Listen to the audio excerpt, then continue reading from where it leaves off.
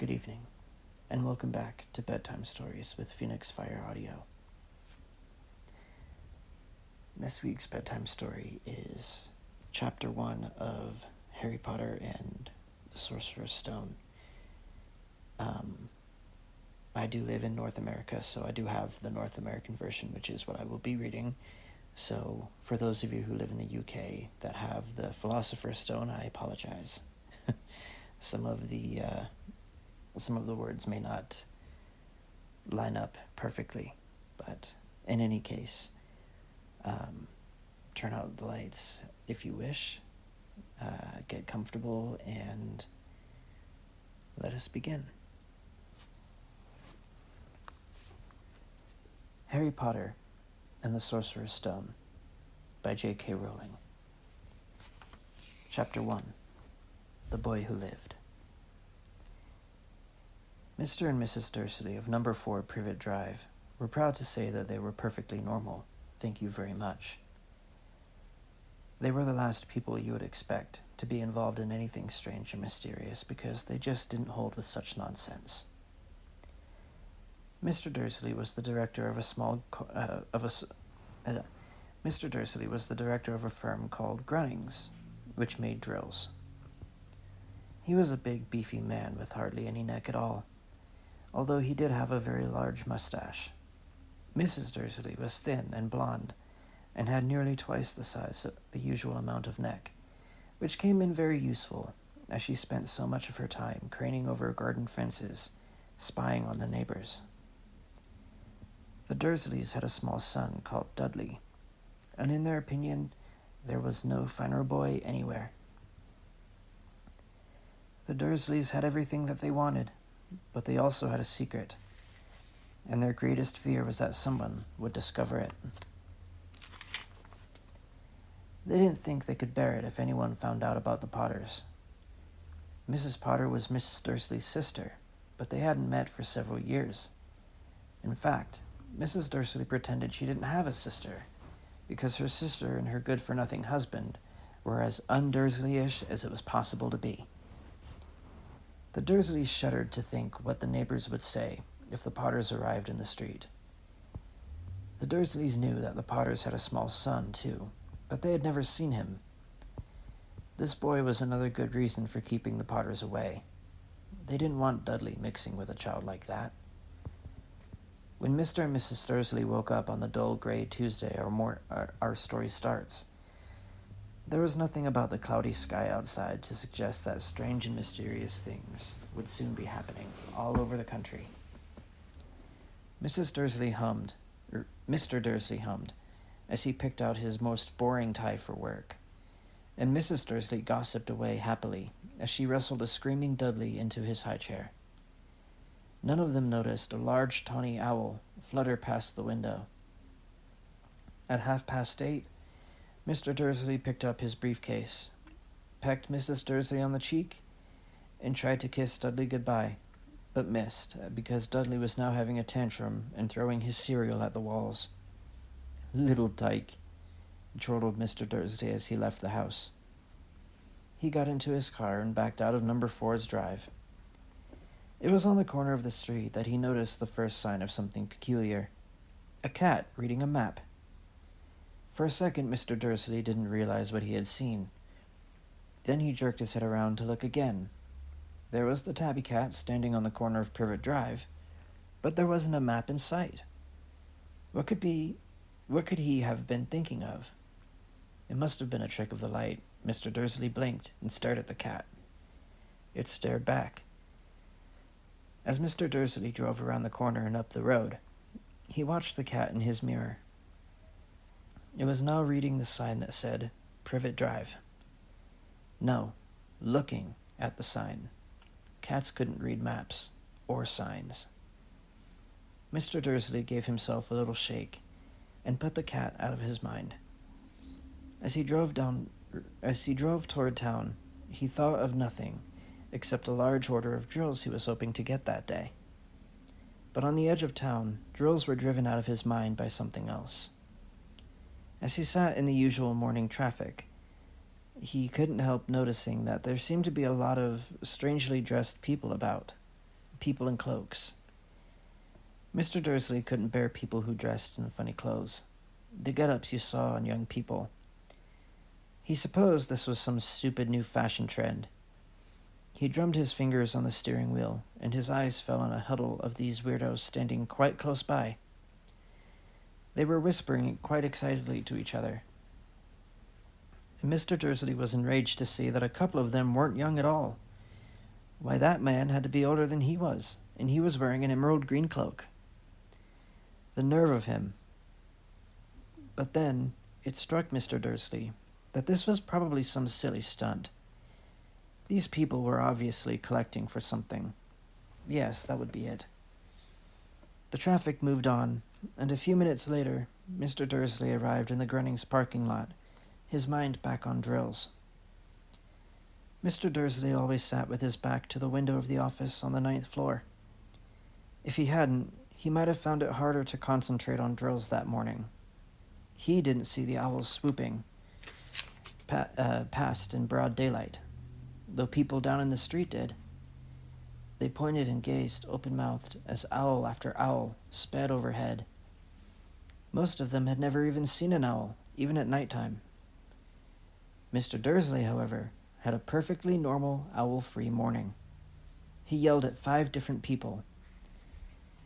He made several important telephone calls, and he shouted a bit more. He was in a very good mood until lunchtime, when he thought he'd stretch his legs and walk across the road to buy himself a bun from the bakery.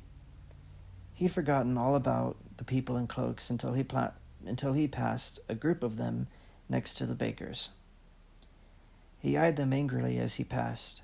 He didn't know why, but they made him uneasy. This bunch were whispering excitedly too, and he couldn't see a single collecting tin. It was on his way back past them, clutching a large donut in a bag, that he caught a few words of what they were saying. The Potters. That's right, that's what I heard. Yes, their son Harry. Mr. Dursley stopped dead. Fear flooded him. He looked back at the whispers as if he wanted to say something to them, but he thought better of it. He dashed back across the road, hurried up to his office, snapped at his secretary not to disturb him, seized his telephone, and had almost finished dialing his home phone number when he changed his mind. He put the receiver back down and stroked his mustache, thinking, no, he was being stupid. Potter wasn't such an unusual name. He was sure there were lots of people called Potter who had a son called Harry. Come to think of it, he wasn't even sure his nephew was called Harry. He had never even seen the boy. It might have been Harvey, or Harold. There was no point in worrying Mrs. Dursley. She always got so upset at any mention of her sister. He didn't blame her, if he'd had a sister like that. But all the same, those people in cloaks. He found it a lot harder to concentrate on drills that afternoon, and when he left the building at 5 o'clock, he was still so worried that he walked straight into someone just outside the door. Sorry, he grunted, as the tiny old man stumbled and almost fell. It was a few seconds before Mr. Dursley realized that the man was wearing a violet cloak. He didn't seem at all upset about being almost knocked to the ground. On the contrary, his face split into a wide smile, and he said in a squeaky voice that made passersby stare, "Don't be sorry, dear sir, for nothing could upset me today. Rejoice, for you know who has gone at last. Even muggles like yourself should be celebrating this happy, happy day." And the old man hugged Mr. Dursley around the middle and walked off. Mr. Dursley stood rooted to the spot. He had been hugged by a complete stranger. He also thought he had been called a muggle, whatever that was. He was rattled. He hurried off to his car and set off for home, hoping he was imagining things, which he had never hoped before because he didn't approve of imagination. As he pulled into the driveway of number 4, the first thing that he saw, and it didn't improve his mood, was the tabby cat he'd spotted that morning. It was now sitting on his garden wall. He was sure it was the same one. It had the same markings around its eyes. Shoo, said Mr. Dursley loudly. The cat didn't move. It just gave him a stern look. Was this normal cat behavior? Mr. Dursley wondered, trying to pull himself together. He let himself into the house. He was still determined not to mention anything to his wife. Mrs. Dursley had a nice, normal day. She told him over dinner all about Mrs. Nextdoor's problems with her daughter and how Dudley had learned a new word, won't. Mr. Dursley tried to act normal. When Dudley had been put to bed, he went into the living room in time to catch the last report on the evening news. And finally, birdwatchers everywhere have reported that the nation's owls have been behaving very unusually today. Although owls normally hunt at night and are hardly ever seen in daylight, there have been hundreds of sightings of these birds flying in every direction since sunrise. Experts are unable to explain why the owls have suddenly changed their sleeping pattern. The newscaster allowed himself a grin. Most mysterious. And now, over to Jim McGuffin with the weather. Going to be any more showers of owls tonight, Jim?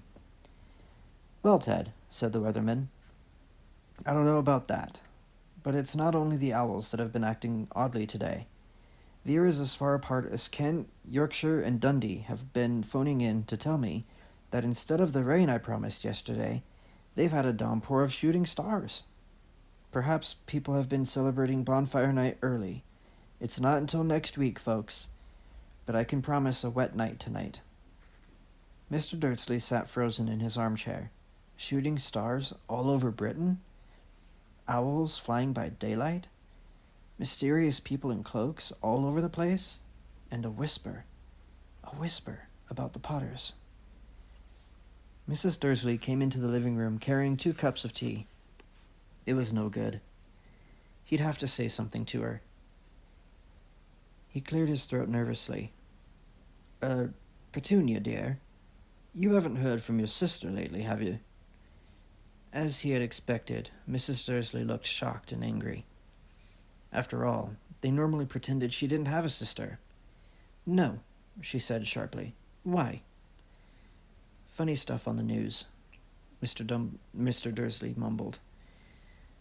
Owls, shooting stars, and there were a lot of funny-looking people in town today. So? Snapped Mrs. Dursley. Well, I just thought maybe it was something to do with, her crowd. Mrs. Dursley sipped her tea through pursed lips. Mr. Dursley wondered whether he dared tell her he'd heard the name Potter. He decided that he didn't dare. Instead, he said as casually as he could, Their son. He'd be about Dudley's age now, wouldn't he? I suppose so, said Mrs. Dursley stiffly. What's his name again? Howard, isn't it? Harry. Nasty common name, if you ask me. Oh, yes, said Mr. Dursley, his heart sinking horribly. Yes, I quite agree.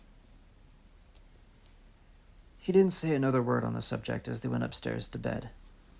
While Mrs. Dursley was in the bathroom, Mr. Dursley crept to the bedroom window and peered down into the front garden. The cat was still there. It was staring down Privet Drive as though it were waiting for something. Was he imagining things? Could all this have anything to do with the Potters? If it did, if it got out that they were related to a pair of... Well, he couldn't bear it. Well, he didn't think he could bear it. The Dursleys got into bed. Mrs. Dursley fell asleep quickly, but Mr. Dursley lay awake, turning it all over in his mind. His last comforting thought before he fell asleep was that even if the Potters were involved, there was no reason for them to come near him and Mrs. Dursley. The Potters knew very well that what he and Petunia thought about him and their kind. He couldn't see how he and Petunia could get mixed up in anything that might be going on. He yawned and turned over. It couldn't affect them. How very wrong he was.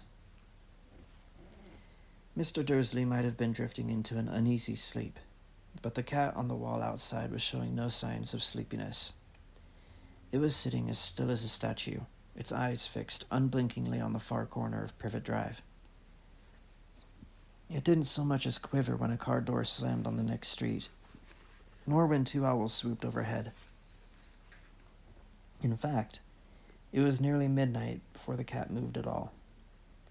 A man appeared on the corner the cat had been watching, appeared so suddenly and silently, you'd have thought he'd just popped out of the ground.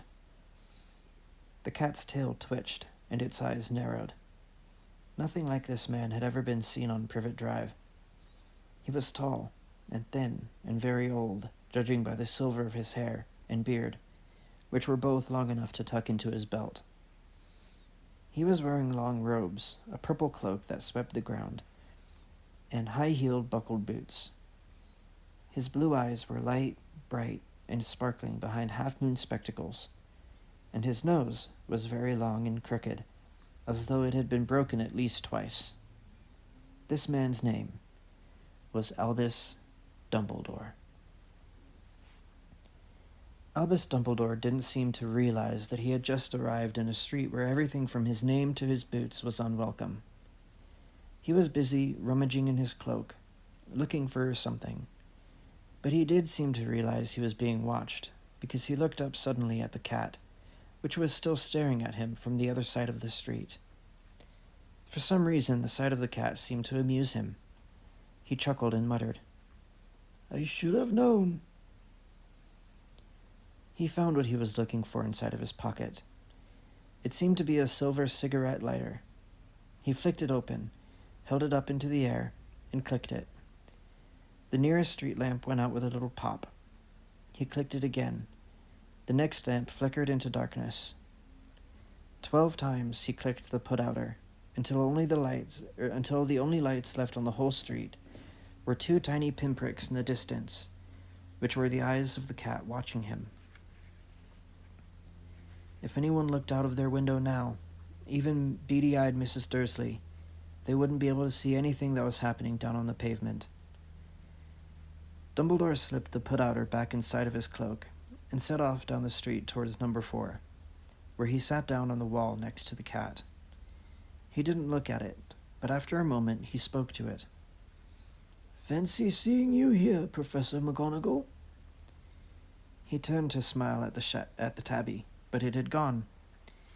Instead, he was smiling at a rather severe-looking woman who was wearing square glasses, exactly the shape of the markings the cat had around its eyes. She, too, was wearing a cloak, an emerald one.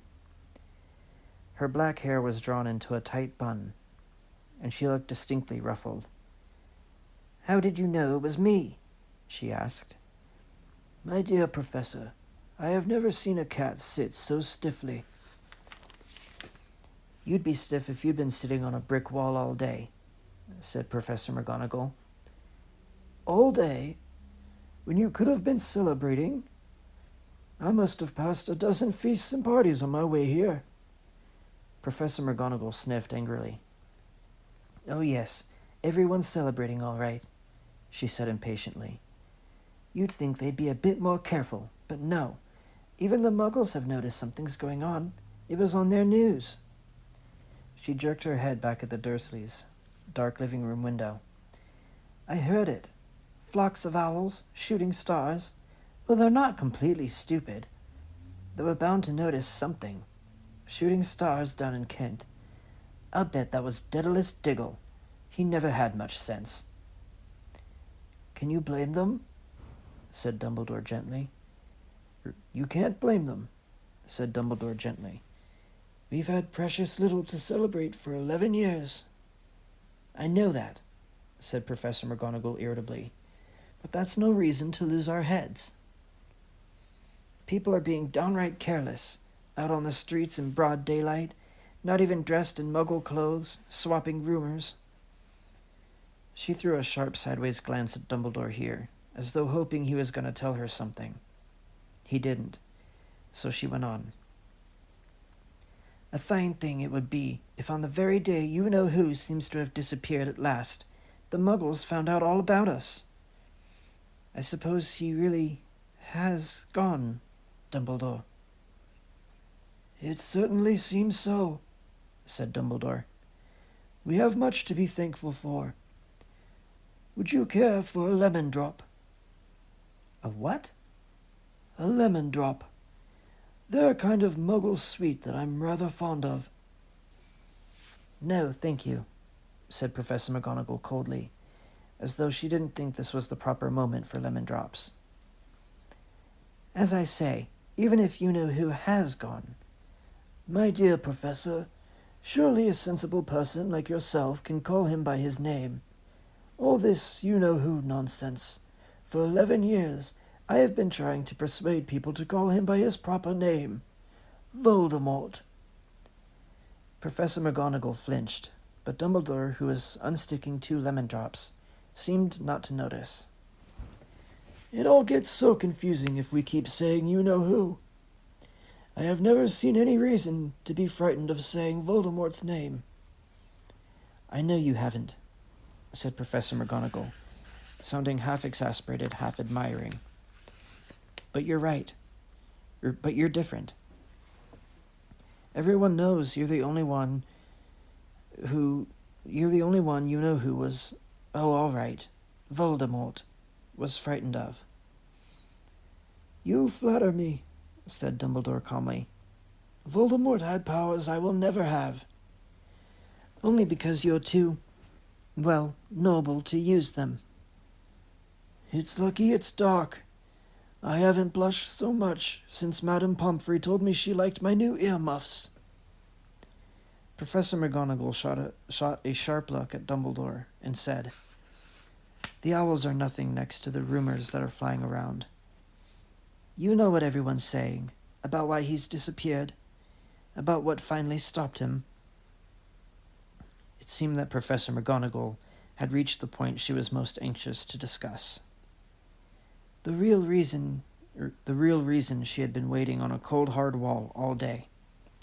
For neither as a cat nor as a woman had she fixed Dumbledore with such a piercing stare as she did now. It was plain that whatever everyone was saying, she was not going to believe it until Dumbledore told her that it was true. Dumbledore, however, was choosing another lemon drop and did not answer. What they're saying, she pressed on, is that last night Voldemort turned up in Godric's Hollow. He went to find the Potters. The rumor is that Lily and James Potter that they're dead. Dumbledore bowed his head. Professor McGonagall gasped. Lily and James. I can't believe it. I didn't want to believe it. Oh, Albus. Dumbledore reached out and patted her on the shoulder. I know, he said heavily. Professor McGonagall's voice trembled as she went on. That's not all. They're saying he tried to kill the Potter's son, Harry. But he couldn't. He couldn't kill that little boy. No one knows why or how, but they're saying that when he couldn't kill Harry, Voldemort's powers somehow broke, and that's why he's gone. Dumbledore nodded glumly. It's true? Faltered Professor McGonagall. After all he's done, all the people he's killed, he couldn't kill a little boy? It's just astounding. Of all the things to stop him. But how in the name of heaven did Harry survive? We can only guess, said Dumbledore. We may never know. McGonagall pulled out a lace handkerchief and dabbed at her eyes beneath her spectacles. Dumbledore gave a great sniff as he took a golden watch from his pocket and examined it. It was a very odd watch. It had 12 hands, but no numbers. Instead, little planets were moving around the edge. It must have made sense to Dumbledore, though, because he put it back in his pocket and said, Hagrid's late. I suppose it was he who told you I'd be here, by the way. Yes, said Professor McGonagall. And I don't suppose you're going to tell me why you're here, of all places? I've come to bring Harry to his aunt and uncle. They're the only family that he has left now. You don't mean... You can't mean the people who live here, cried Professor McGonagall, jumping to her feet and pointing at number 4. Dumbledore, you can't. I've been watching them all day. You couldn't find 2 people who are less like us. And they've got this son. I saw him kicking his mother all the way up the street, screaming for sweets. Harry Potter, come and live here. It's the best place for him, said Dumbledore firmly. His aunt and uncle will be able to explain everything to him when he is older. I've written them a letter. A letter? Repeated Professor McGonagall faintly, sitting back down on the wall. Really, Dumbledore, you think you can explain all this in a letter? These people will never understand him. He'll be famous, a legend. I wouldn't be surprised if today was known as Harry Potter Day in the future. There'll be books written about Harry. Every child in our world will know his name. Exactly, said Dumbledore, looking very seriously over the top of his half-moon glasses. It would be enough to turn any boy's head. Famous before he can even walk and talk. Famous for something he won't even remember. Can't you see how much better off he'll be growing up away from all of that until he's ready to take it? Professor McGonagall opened her mouth, changed her mind, swallowed, and then said, Yes, you're right, of course. But how is the boy getting here, Dumbledore? She eyed his cloak suddenly, as though she thought he might be hiding Harry underneath of it. Hagrid is bringing him. You think it wise to trust Hagrid with something as important as this? I would trust Hagrid with my life, said Dumbledore. I'm not saying his heart isn't in the right place, said Professor McGonagall grudgingly. But you can't pretend that he's not careless. He does tend to. What was that? A low rumbling sound had broken the silence around them. It grew steadily louder as they looked up and down the street for some sign of a headlight. It swelled to a roar as they both looked up at the sky, and a huge motorcycle fell out of the air and landed on the road in front of them. If the motorcycle was huge, it was nothing to the man sitting astride it. He was almost twice as tall as a normal man, and at least 5 times as wide. He looked simply too big to be allowed, and so wild. Long tangles of bushy black hair and beard hid most of his face. He had hands the size of trash can lids, and his feet in their leather boots were like baby dolphins. In his vast muscular arms, he was holding a bundle of blankets. Hagrid, said Dumbledore, sounding relieved. At last. And where did you get that motorcycle? Borrowed it, Professor Dumbledore, sir, said the giant, climbing carefully off the motorcycle as he spoke. Young Sirius Black lent it to me. I've got him, sir. No problems, were there? No, sir. House was almost destroyed, but I got him out all right. Before the muggles started swarming around, he fell asleep as we was flying over Bristol. Dumbledore and Professor McGonagall bent forward over the bundle of blankets. Inside, just visible, was a baby boy, fast asleep. Under a tuft of jet black hair over his forehead, they could see a curiously shaped cut, like a bolt of lightning. Is that where? Whispered Professor McGonagall. Yes, said Dumbledore. He'll have that scar forever. Couldn't you do something about it, Dumbledore? Even if I could, I wouldn't. Scars can come in handy. I have one myself above my left knee that's a perfect map of the London Underground. Well, give him here, Hagrid. You'd better get this over with. Dumbledore took Harry in his arms and turned toward the Dursleys' house. Could I say goodbye to him, sir?" asked Hagrid. He bent his great shaggy head over Harry and gave him what must have been a very scratchy, whiskery kiss.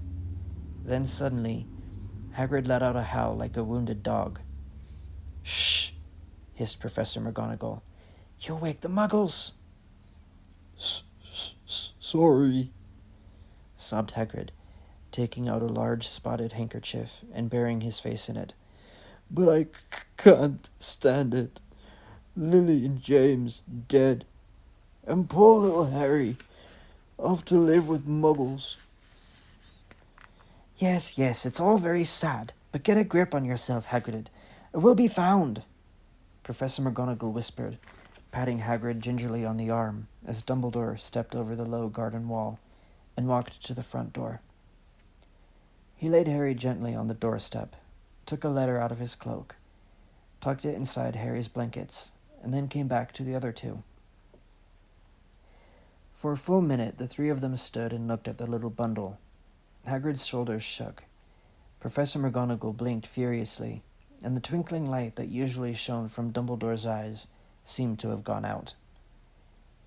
"Well," said Dumbledore finally, "that's that.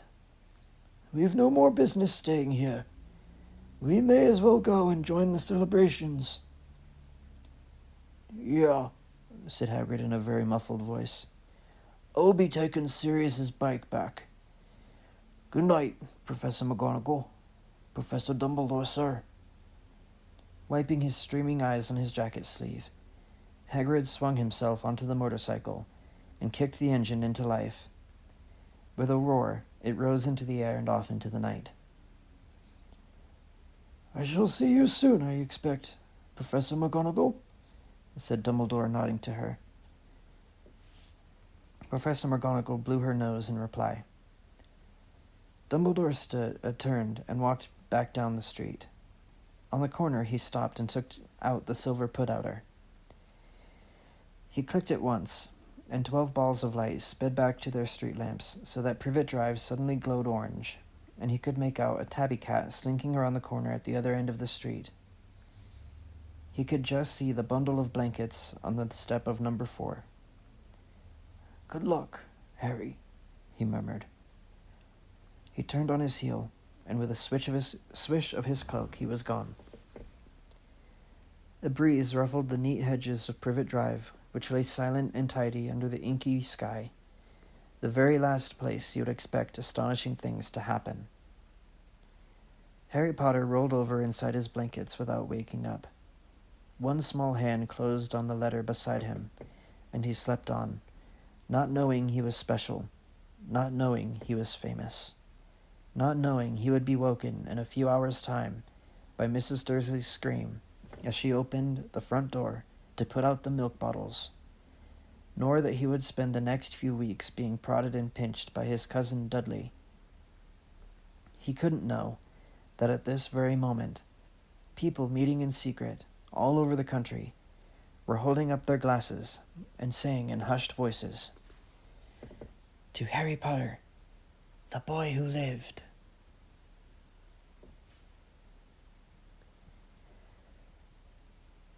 Thank you for watching this video, and I hope that it helped you fall asleep. Good night.